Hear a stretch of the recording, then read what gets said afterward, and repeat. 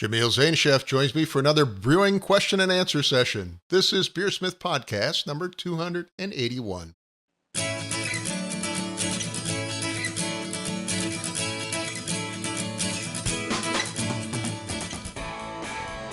This is BeerSmith Podcast number 281, and it's late May 2023. Jamil Zainasheff joins me this week for a question and answer session. Thank you to this week's sponsors, Craft Beer and Brewing Magazine. Every issue of Craft Beer and Brewing Magazine is packed with articles for homebrewers and beer lovers. They offer access to videos, brewing courses, exclusive articles, and the amazing Craft Beer and Brewing Magazine.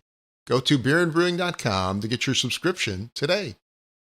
And also BeerSmith Web, the online version of BeerSmith brewing software. BeerSmith for the web lets you design great beer recipes from any browser, including your tablet or phone. Edit recipes on the go with access to tens of thousands of recipes, as well as a full suite of recipe building tools that our desktop version has. Try BeerSmith Web today by creating a free account at beersmithrecipes.com.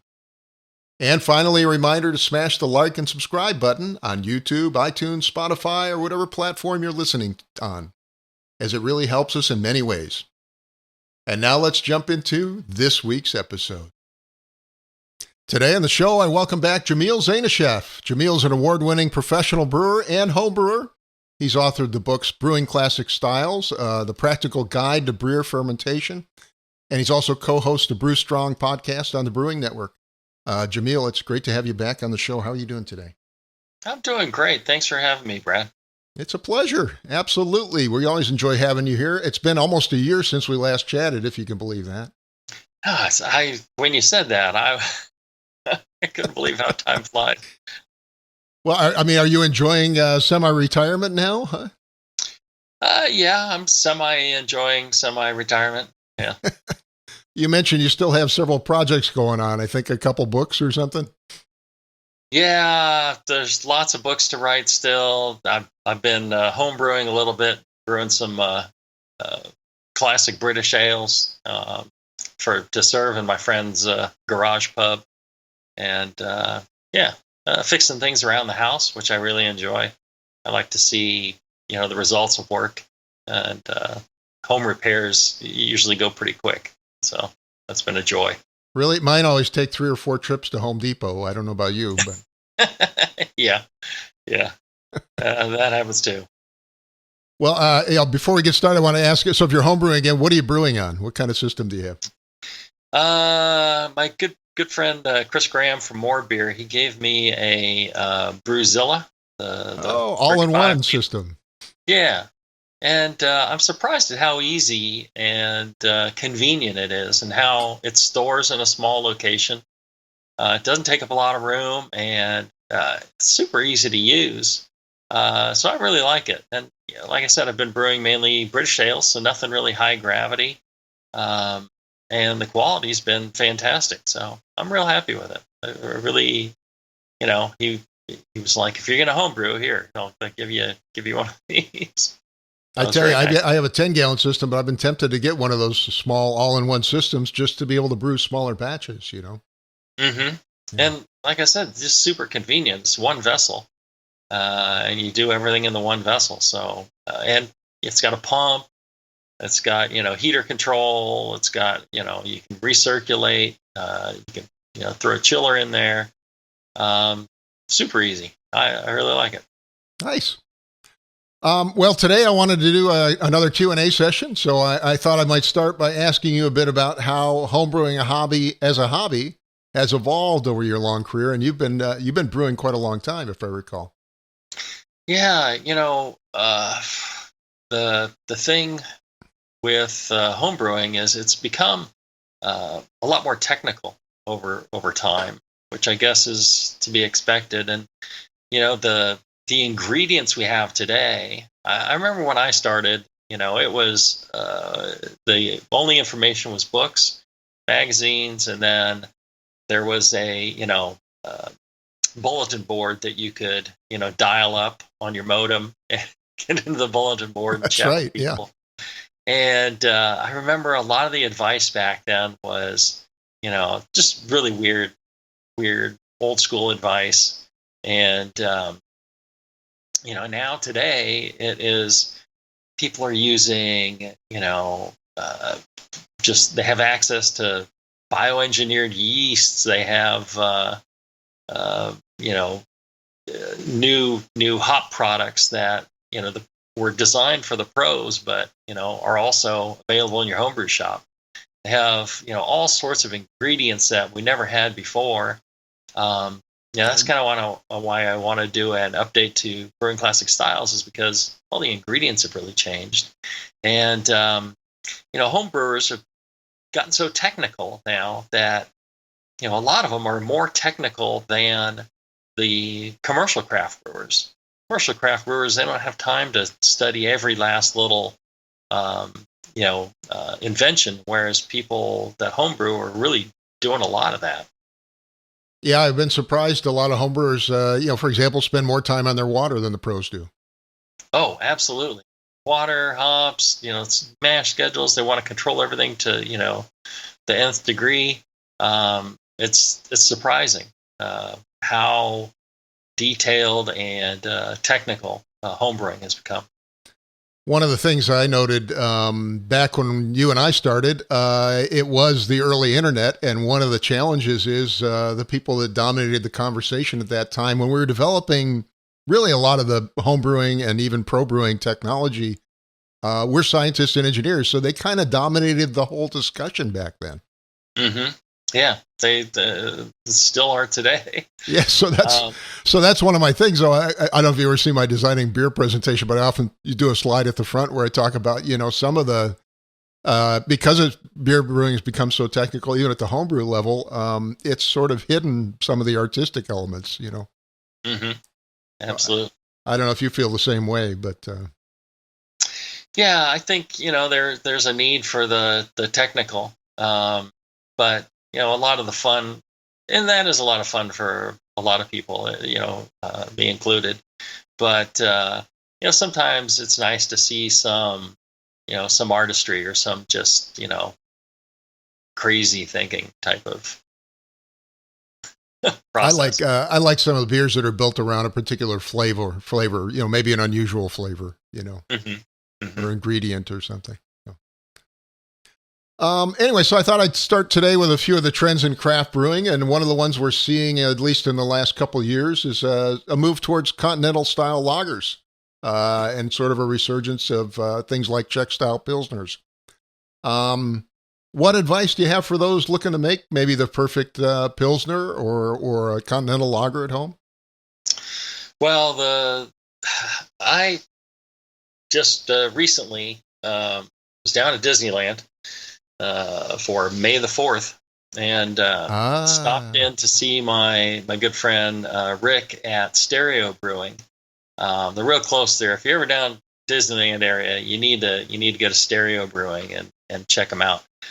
He's a great brewer, and every beer on there was perfect. Just super well done. But the one that blew my mind was his Czech style Pilsner. And it tasted like the best Czech Pilsners of the world. And it was better than any Czech Pilsner I've ever had, other than, the classic historical, breweries. It was absolutely fantastic. And, the way that he made it was, one, the quality of ingredients. So he was using Weirmann floor malted Bohemian Pilsner malt. Mm-hmm. And man, the flavor of that malt was fantastic. When you're making these styles of beer, the ingredients really shine through. And so you need to be choosing the high quality ingredients. Weirmann did just a brilliant job on that malt. It really tastes fantastic. So the malt, so his recipe is Bohemian, the floor malted Bohemian Pilsner malt from Weirmann, and then some Czech Saaz hops, mm-hmm. and yeast, water, right? So very traditional recipe, right? Yes, quality hops, great fermentation, and that's the trick.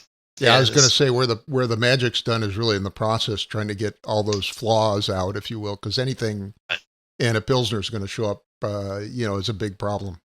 Especially on a beer like that. And he did a masterful job of it. Again, he's just a fantastic brewer and really knows his stuff. And it just I wish that beer was available all across the U.S. or all across the world. If people could easily get it.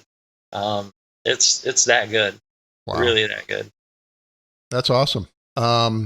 So, I mean, are there any things we can do, at the homebrew level to get something close to that, maybe? Yeah, source high quality ingredients. So the proper malt, the proper hops, use proper yeast. I would suggest using something that is a Czech lager yeast from any of the major yeast producers, and watch your fermentation. Start your fermentation low and raise it up as you go. You will need temperature control fermentation. Don't try and do this with Kveik yeast. It's just you're just going to ruin the good ingredients with something that is not going to be a lager. Don't try fermenting it hot with lager yeast and then cooling it down. That doesn't really work either. Yeah. Just go with traditional methods. If you're trying to make a world classic, it developed, how it did for a certain way, and you're going to want to stick with those techniques. Mm-hmm. Well, another trend is towards low alcohol and no alcohol beers in the craft beer industry. Yeah. In particular, we're seeing some innovative work done with new yeasts and techniques that really avoid the traditional process where you might, brew a beer and then try and boil the alcohol out of it, if you will. So what are your thoughts on, some of the non-alcoholic beer coming out and also how it's made? Yeah, when I was at Heretic, we looked at all the methods of making non-alcoholic or zero alcohol or below 0.5, yeah. And then low alcohol beers, and it's interesting because every supplier looks at the problem from their point of view, right? Mm-hmm.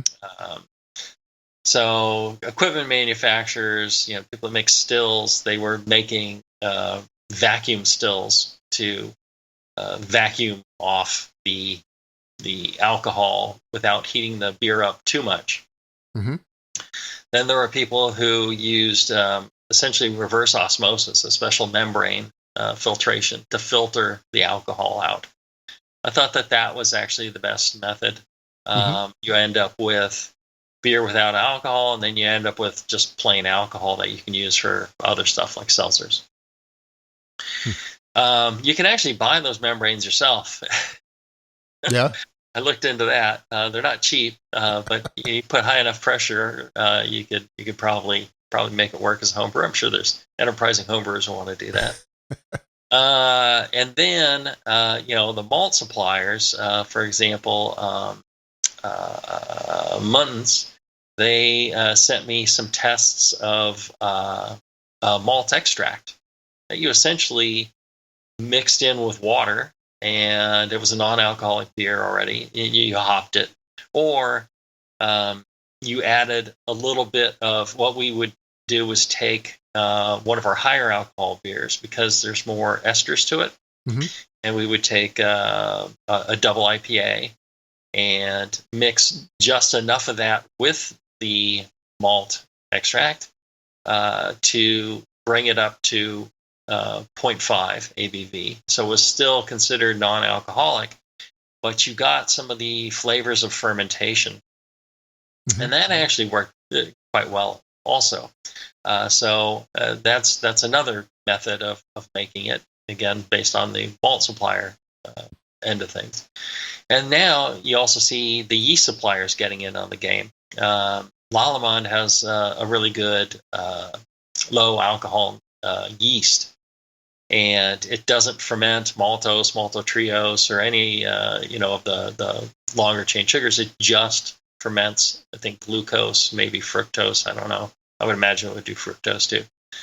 And so, since that's a very low portion of the sugars in a mash, you get, and also you mash really high mash temperature.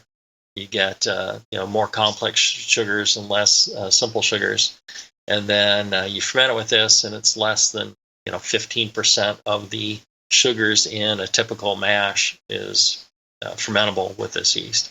So you get a fairly low alcohol beer, and you can get it below the 0.5 if you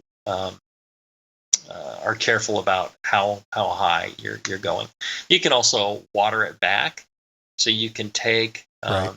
you could brew an intensely flavorful beer at a higher alcohol. I used to do this with our robust porter, and just add water to it, and I'd pour myself a half or 3/4 glass of water, and then top it up with the robust porter. And you can use carbonated water to do that. But that tastes good too. So a lot of different methods for doing it. I would say the best for a home brewer currently is, the quickest and simplest. Just add some keep some ice cold carbonated water on hand, and mix that with beer, and that gets you lower alcohol beer. The second would be, brew something using the Lallemand low alcohol yeast, LA1, I think it's called, LA for low alcohol.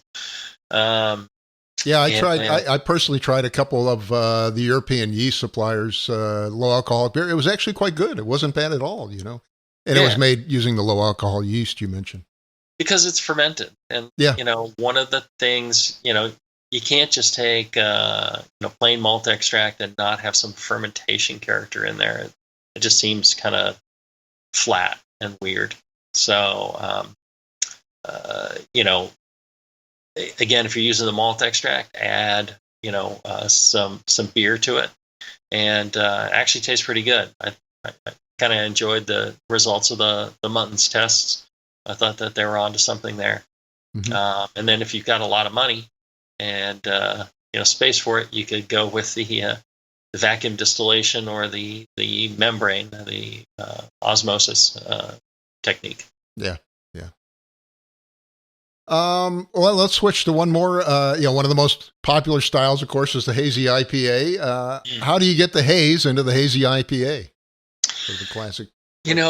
That's interesting. I worked on it for about 2 years to get a truly permanent haze in one of our beers. When we started out, we just started following everybody else and used everybody else's advice on what we heard from various people around the internet how to make a hazy. And what we had was a nice beer that was hazy, but a lot of it would drop out. And eventually, if you left it long enough, we would do haze tests in the cold box. We'd have the cones and checking for how different tests were coming clear. But over the course of several months, that beer would be almost perfectly clear. Yeah. And a bunch of sludge in the bottom of the can, so that was unacceptable. And so I started working on really understanding where the haze comes from, what makes it permanent. So it's a combination of things, and it's surprisingly the common problem. Because one thing about the hazy beers, if there's a bunch of sludge in there, and you can taste particles, and there's hop burn from ingesting actual hop material, you don't have a good beer. If you're drinking a glass of yeast that hasn't settled out, you're not drinking a good beer. That's garbage. That's why people hated hazy IPAs, and some people still hate hazy IPA because of there's so many bad examples. But what you want is a permanent haze. You want the yeast to have settled out. You want all the hot material to have dropped out as well. At Heretic, we actually centrifuged the beers, our hazy beers, and they're quite hazy even after that. But we would get all the yeast out and all that other material that you don't want to drink. So what's the secret then? How are you getting the haze in there? Right. So the one thing is that we found out is most people are overdoing it with wheat and oats. So and we were doing the same thing. It's like, well, all right, it needs to be more.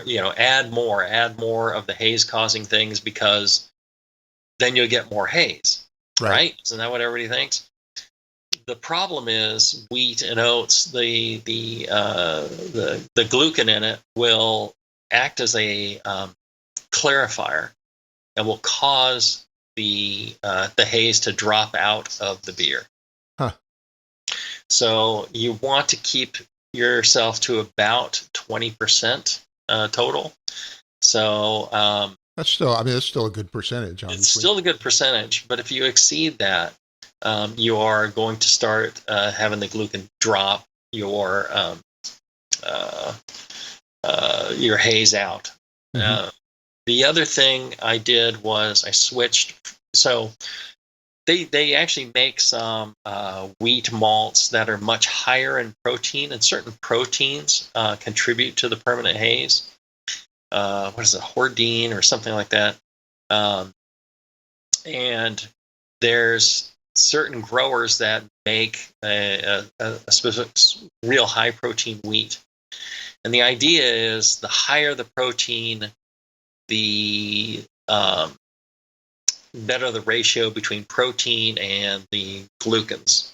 So let's say you have X amount of glucan and X amount of protein. Well, if you can get the protein higher, then it's like you're adding less glucan, and you can get more of the haze forming proteins without clarifying the beer. So that is a brewer out, or a grower. There's a grower up in Oregon or Washington that makes malt that's a lot of people use. I think it's something crazy it's like 15 or 16%. But what I found instead, much more readily available and really close to the same specs, was spelt. So spelt is essentially wheat. So we started using spelt in our beer. We replaced about half the wheat with spelt, and that made a big difference. And we lowered the total amount of wheat and oats. We used flaked oats and spelt, and regular malted wheat. And then the other thing was yeast selection. The yeast that I really loved for hazies is the Imperial Juice yeast. I think that's a great yeast. The thing is to get it to ferment, because we made a lot of higher ABV beers. We made 4th of Juicy, which I think was 14% juicy. Wow. Or hazy. And the problem with a lot of the hazy yeasts is that they're based off of, I think, British strains, which are typically lower attenuators, and they tend not to brew really high alcohol beers in Britain. So right. So the yeast is going to max out, right? Yeah. What you need to do is give it a lot of oxygen. So you give it a lot of oxygen at the beginning. Then people are trying to get 20 parts per million in dissolved oxygen in their wort to start. I think you can give it a dose at the beginning. You give it a dose later on if you want to really 8 to 12 hours later. Yeah, I've seen people use that with meads and wines too. You hit it 12 hours later with another dose. Yeah, exactly. and that yeast particularly needs a lot of oxygen. And a lot of the British yeast, it goes back to how they used to do the double drop, where they would drop the beer through a sintered pipe to entrain a lot more air into the beer as it dropped into the next fermenter, which was Yorkshire Square or something like that. And the yeast really need a lot of oxygen. It also helps with some of the ester production later on. Mm-hmm. And then are you doing things on the hop side as well? Because obviously hops play a role as well in getting the haze. So on hops, there's no boil additions. You don't need them. Right. Your bittering is going to come from your dry hopping mainly. But we would do a whirlpool addition. We'd lower the temperature of the whirlpool down to about 175 Fahrenheit. Yeah. And then add the hop addition there. That addition is where you're going to add all your linalool and geraniol high hops. Right. That's you want to try and get the biotransformations during fermentation, right? So you need a yeast that will do biotransformation. You add the linalool geraniol concentrated hops in your whirlpool, extract that out. You leave the hop matter behind, because you don't want that in your beer. You don't want to throw hops in during fermentation. We did blind taste tests with a lot of people, and everyone always preferred the non-fermentation hopped beer. They all preferred the beer that was dry hopped after fermentation. Dry hopping during fermentation, it adds an unpleasant bitterness to the beer, unpleasant character from leaving the hop matter in and stirring the hop matter around for so long that it becomes unpleasant. So we stopped doing that and returned to dry hopping after fermentation, which also helps with harvesting your yeast. The other thing we would do is we would throw all the dry hops in and then pump the beer around for about 3 hours. This was on a 147 barrel US barrel fermenter, 120 barrel net. Mm-hmm. We would pump the beer around for about 3 hours, and that was dry hopping.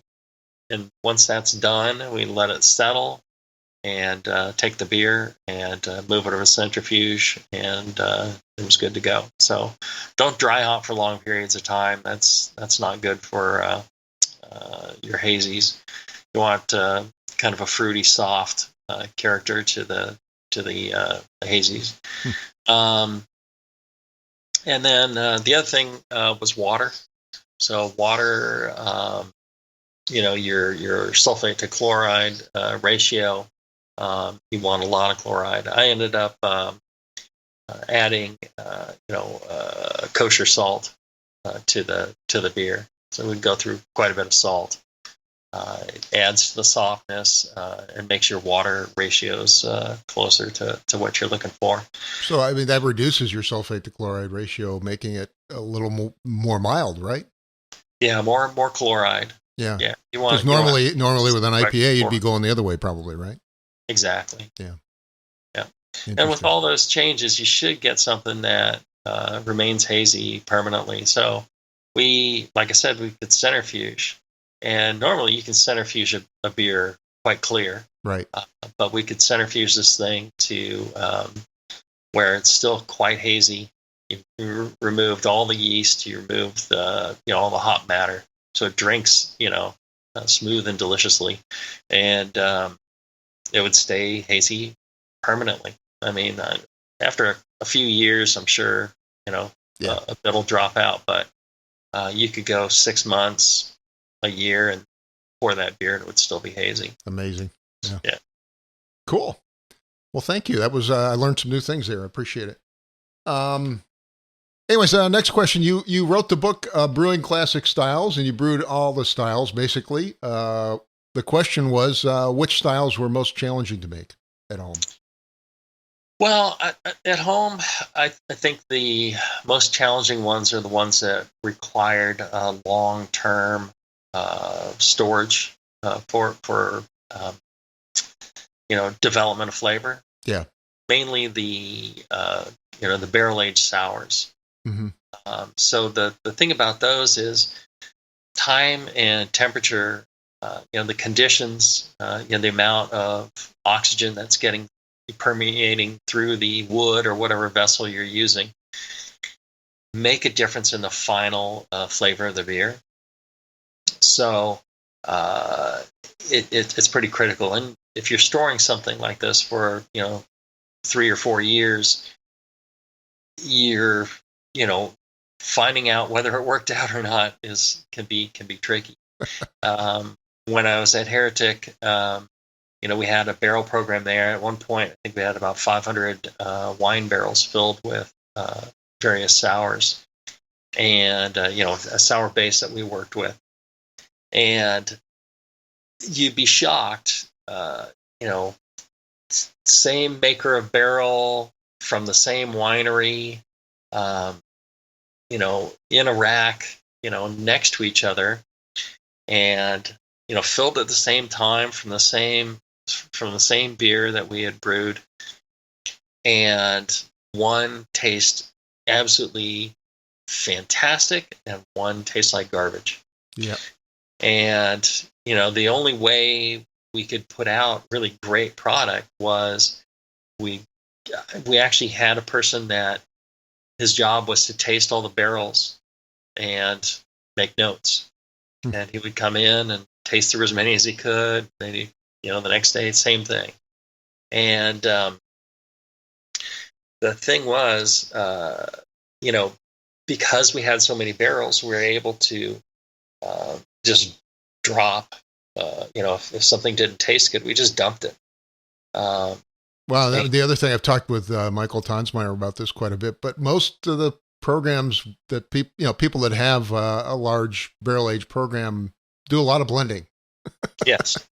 Well, the thing about blending is, if something doesn't taste good, blending it in with beer that does taste good just makes the stuff that tastes good not taste good. Right. It reduces the quality of you have a barrel that's absolutely fantastic, and you love it. Well, why would you blend in something that doesn't taste nearly as good just to avoid throwing it away? My method was always, if it doesn't taste good, just throw it away. And if you stick with that, then the blend that you're going to make is always going to taste fantastic. If you're only blending fantastic tasting beers, you're only going to get fantastic tasting out of it at the end. Mm-hmm. So we would just throw it away. There's no, you can't save, garbage and mix it in. Garbage in, garbage out. So we're very, very strict on that. And that's why I had so many barrels, because I knew that, a percentage of them wouldn't work. And if a barrel didn't work, generally it meant that it was, if they were the barrels on the ends of the racks versus the barrels in the middle of the stacks have different environmental conditions, and that makes a difference. But, generally you get a couple barrels sitting next to each other and one doesn't taste right. You pull that barrel out of the program. It ends up, give it away to home brewers or people making planters. Or one guy took a bunch of our barrels and made Adirondack chairs out of them. Oh, nice! And he gave me a set of them and a little table. It's really, really sweet. It was really nice. That sounds awesome. Yeah. Well, cool. Related to this closely, I guess, how important is judging beer as a skill to develop as a brewer? We've often heard that great beer judges make great brewers, but what's your experience with that? I don't think that's true at all. No? There's great beer judges out there, but they do not make good beer. There's great, I don't know, singers out there who don't paint very well or you know, you see that in many walks of life. But yeah, I think if you're a good brewer, honing your judging skills will only help you. Right. It really is a fantastic skill to have, and I think it limits your ability as a brewer if you are not a good judge of beer. So you have to be critical of your own beers. You have to, um, you know, really be able to find what's wrong with your beer and what's right with your beer. You need to be honest with yourself. Uh, Too many people, I'm sure you've experienced this. You know, they run up to you with their best beer ever, and it's an obvious flaw, and they can't taste it. They just it's not in there. I've run in at the professional level. I go into a brewery and I can taste an obvious flaw in the beer, and I almost feel like walking up to the brewer and talking to him, but usually I don't. Right. And they don't taste it, and you point it out. There's like, what? No. It's like, so it's tough. That's one of the beauties of competition is they don't know whose beer it is, and so you get a little more honest feedback. I think that's important. But learning to judge is really good. But again, I think if you're a great judge, that does not mean you're going to be a great brewer. Mm-hmm. But a great brewer that is a great judge, that's a powerful combination. Or I think it's hard to be a great brewer without being a great judge, without being able to taste these things. Awesome. Well, this question is very closely related to our discussion at the beginning of the show, but we spent a lot of time talking about technical aspects of brewing. But how much of beer brewing is art? Well, I think it can be a lot, but you really have to first master the technical aspects of brewing. I think brewing should be fun, and if that is just slapping together ingredients and not worrying about it, if you like the result, then that's perfect. You don't need to do more. You just need to enjoy brewing, sharing the beer with your friends, relax, have fun, drink a homebrew.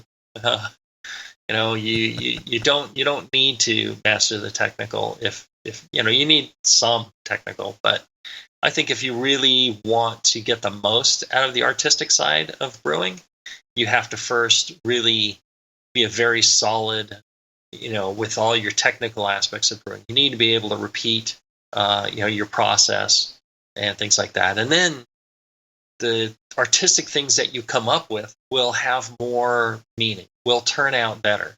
More impact, I guess, huh? Yeah. If you're just throwing out, artistic ideas, they may be the greatest ideas in the world, but they're going to fail if there's not solid brewing underneath them. So make sure you can, I always encourage people to, brew the traditional styles, the classic styles, from a known recipe that produces great results. And, once you do that, and you have success with that, then is when you start, coloring outside the box. That's when you start, bringing your own flair to things. Mm-hmm. Mm-hmm. I've often encouraged people to get used to or get familiar with the flavors too, as well. Mm-hmm. Like the ingredient flavors. A lot of people, don't know the difference between one hop and the other, for example. Right. I think, one of the best ways to become more familiar with the flavors is to do the smash beers, single malt, single hop. Single hop, single malt is what, right? Yeah. Single malt, it's the single hop. Yeah. Smash beers, they call them. And you do that, and let's say, you get used to that. Then you can, add, something like a Crystal 40 and see how that beer has changed. And once you get used to those flavors, Also, taste and chew some of the ingredients. Sniff your hops, sniff your malt, your specialty grains, taste some of the grains. Well, they have this, you've probably seen it, I'm sure, the new ASBC method for doing sensory analysis on malt, where you make a little tea out of the malt. It's actually very effective for getting an idea of what the malt flavor might be. Absolutely. That's a great method as well. Great thing for a club to do or something like that. Yeah. And you can do that. And if you've done a smash beer to compare it to, then, once you've got that, you go, okay, this is what this specialty malt tastes like in a beer. This is what it tastes like in a tea. And then when you do the other teas, let's say, Crystal 10, Crystal 80, and Crystal 120, you go, oh, okay. Now I'm getting more of a sense of how that'll play out in a beer. Mm-hmm.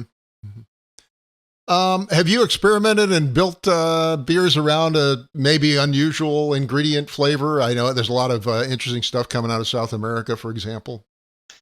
Yeah, not a lot. I mean, single ingredient, usually, Spices, we tend to use I don't know. multiple ingredients, but I did a really nice matcha tea IPA. Mm-hmm. That was just matcha tea and in an IPA. I thought that was a lot of fun. I really enjoyed that. The color, the haze, and just that tea character is great. And then I used a lot of woods. Some of the woods that are available now from South America, have some really interesting spicy characters to them. Mm-hmm. Other than that, single ingredient, no.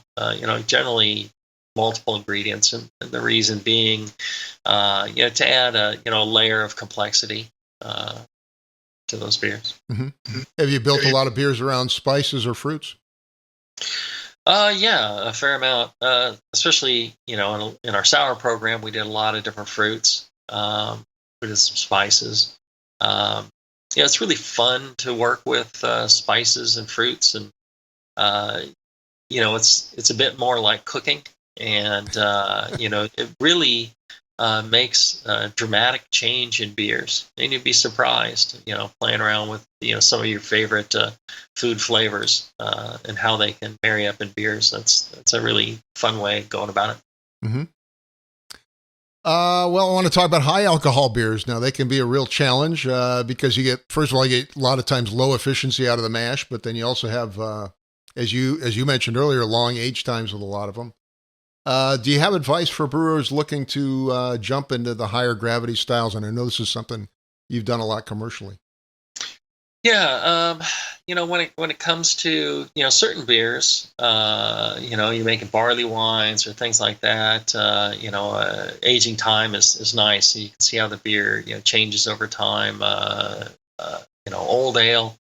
I just recently brewed Gale's Prize Old Ale in England, and that's a beer that can age for a long time and really changes in complexity as time goes on.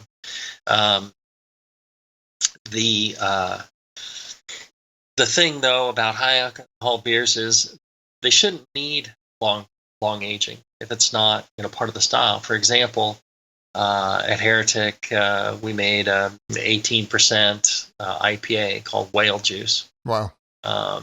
And we every year made an Evil 3, that beer with Mitch Steele and Tasty McDole and myself, that was 11.5%, and those ferment and are ready just like any other beer, a beer that's 4%, and that's based off of good fermentation practices, healthy yeast. Proper temperature control, and a wort that can ferment to those high degrees. So, when you're making something like an 18% IPA, what you're going to do is, build a a high gravity IPA to start with. When we did our Evil 3, it was all malt. I don't think we added sugar, dextrose at all, or we added a little bit of dextrose. But you do an all malt beer if you bring something real high gravity. Ferment that out using your yeast and a good pitch of yeast and nice healthy ferment. Get that thing to attenuate, eat all the maltotriose that's in there, and then start dosing with dextrose. Mm-hmm. And the dextrose will ferment out easily. Be careful, you don't want to dump in a bunch of dextrose that won't ferment. So you dose it each day with as much as the yeast can take that day. You can add some nutrients. You can even add oxygen. And slowly bring the ABV up. And with that technique, similar technique that Dogfish use on their 120, I think it is, and I think Sam Adams used on their Utopias as well. Mm-hmm. You can bring a beer up to about 25% doing that. Wow. So so you're basically just adding sugar at the end to try and drive the ABV up, huh? Yes. Yeah. Use dextrose. Don't use cane sugar or beet sugar or anything like that. The flavor of those when they ferment is not as pleasant as dextrose. Dextrose is much better sugar to use for beer brewing. You can chase the ABV up. So that gets around a lot of the problems with really big mashes, for example, right? Right. Yeah. You still want to do as big a mash as you can. You want to get all your malt flavors and all that in there as high as possible, and you want that to fully attenuate, and then start adding your sugars. If you do it all at once, the yeast will consume the simple sugars, and then really not consume as much of the maltose. And you end up with a kind of a very under attenuated character to the beer. The other issue is, as you're doing this, if you add too much of the dextrose, you have to kind of read the yeast and see where it's slowing down and when it's getting tired. Mm-hmm. And if you can add another dose of dextrose, I've tasted some other commercial examples where the brewers just kept going and the thing ends up sickly sweet. So you have to be careful and stop.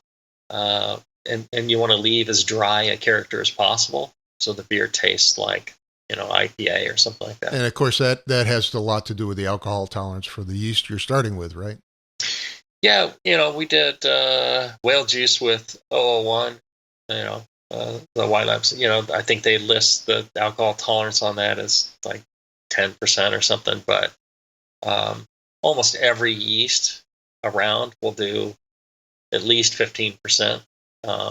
Most of them can be pushed to 18%, fairly easy. You've just got to give them the right conditions. So 0.01 to 18%. Wow. That's awesome. I think Chris White was maybe surprised about that one too. Yeah. Well, you're feeding it sugar, obviously, so that's different, but. Right. Yeah. But different yeasts do have different alcohol tolerances, but and you could use a different yeast if you really want to push it up. There's some yeast that'll do, like I said, 25%. We like the character of the 001 yeast, so stuck with that. So homebrewing's been in decline for about 10 years now in terms of total numbers. Where do you see homebrewing go in the future? Is it gonna increase? Is it gonna decline further? I don't know. Yeah, I don't know. It seems like maybe a lot of the homebrewers have gone over to professional brewing because the number of professional breweries has really increased. I don't think that explains all of the missing homebrewers, but I think it goes back to what we were talking about earlier: is how technical homebrewing has become. Yeah. And I think the way that homebrewing really took off and became such a trend was the work of Charlie Papazian, where he was, telling people to relax and it's fun and just have a homebrew.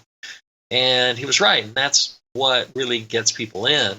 When people are faced with, buying masses of stainless steel and learning, calculations and, dealing with, water adjustments and all this stuff, it kind of makes the barrier to entry really high. And I think that's the problem we have now is too many people are talking about how technical homebrewing is, when it could be simple and easy. With the Brewzilla that Chris Graham gave from More Beer, the first beer I did on it, I didn't bother really. I just said, like 8 pounds of base malt and a pound of crystal and a dash of roast, and that was it. I didn't check gravities. I didn't do hardly anything. I kind of paid attention to the times. I just took it really easy. And I loved it. And it was so much fun and so simple. And that's, I think if other people saw that, they'd go, oh, I can just buy this one piece of equipment and that's pretty much all I need. It's like, yep, that's all you need. And I think we'd get a lot more people into homebrewing. And, a number of those would love it and really want to take it technical, which is great. But we need to make sure that we're furthering the just the simplicity of homebrewing, the joy of homebrewing. Some malt extract on the stove with some friends while you're having pizza, that is a fun time. And if we remember, those roots of homebrewing, I think homebrewing could grow again, and it will.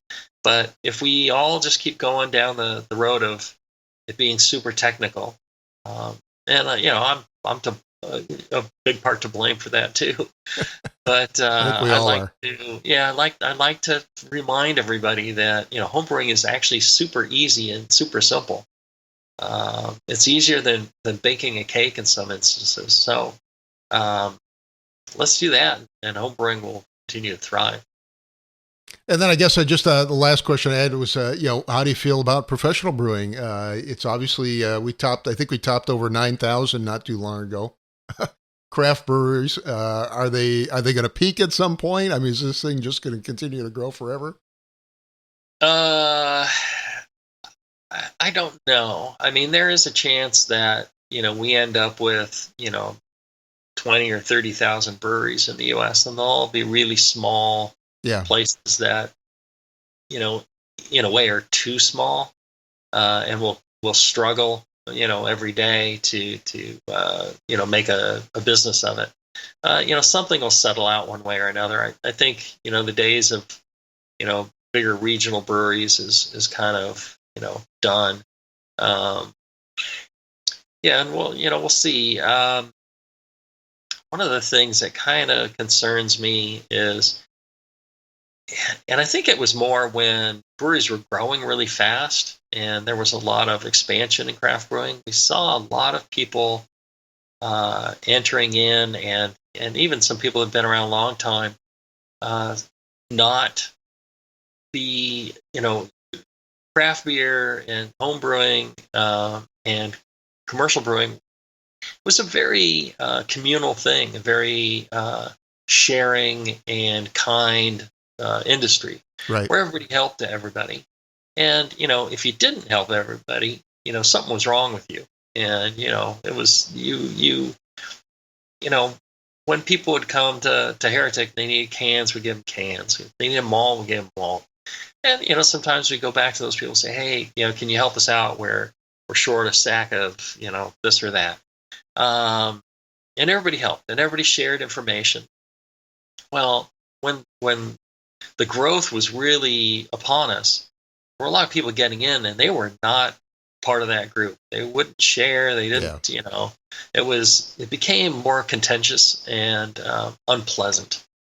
Then, the pandemic hit, and things kind of crashed, and then people became insular. And then after that has passed, it's a really weird market, and everybody's suffering. But you see some of the people kind of getting back together again, and helping each other out. And I want to see that continue. I think without that, it's not craft beer. It doesn't. Yeah. And as far as I'm concerned, the whole industry can go ahead and die if that's the way it's going to be. We all need to help each other. Rising tide lifts all boats. We need to work together to help homebrewers. Professional brewers should be helping homebrewers, not fighting with them or arguing that they're somehow unpleasant. Homebrewers should be helping craft brewers and help promoting them. We all should be working together, and we'll be stronger if we do. Mm-hmm. And there will be more opportunities for everyone. There'll be better beer for everyone. There'll be better ingredients and better inventions in home brewing equipment, professional brewing equipment, ingredients. We'll continue to see this thing grow and improve, but not if we don't work together. Mm-hmm. Well, Jamil, really appreciate you being on the show today. Thanks so much for taking time out of your busy day to be here. Hey, I love chatting with you, Brad. It's always a pleasure. My guest today was Jamil Zainasheff.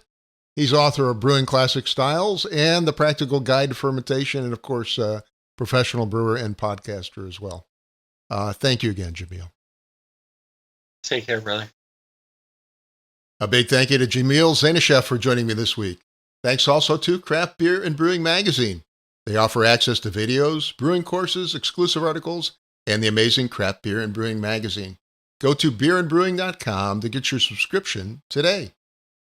And also BeerSmith Web, the online version of BeerSmith brewing software. BeerSmith for the web lets you design great beer recipes from any browser, including your tablet or your phone. Edit recipes on the go with access to tens of thousands of recipes, as well as a full suite of recipe building tools that our desktop version has. Try BeerSmith Web today by creating a free account at beersmithrecipes.com. Again, that's beersmithrecipes.com. And finally, a reminder to smash the like and subscribe buttons on YouTube, iTunes, Spotify, or whatever platform you're listening to. It helps us in many ways when you click on that button. I'd like to thank you for listening, and I hope you have a great brewing week.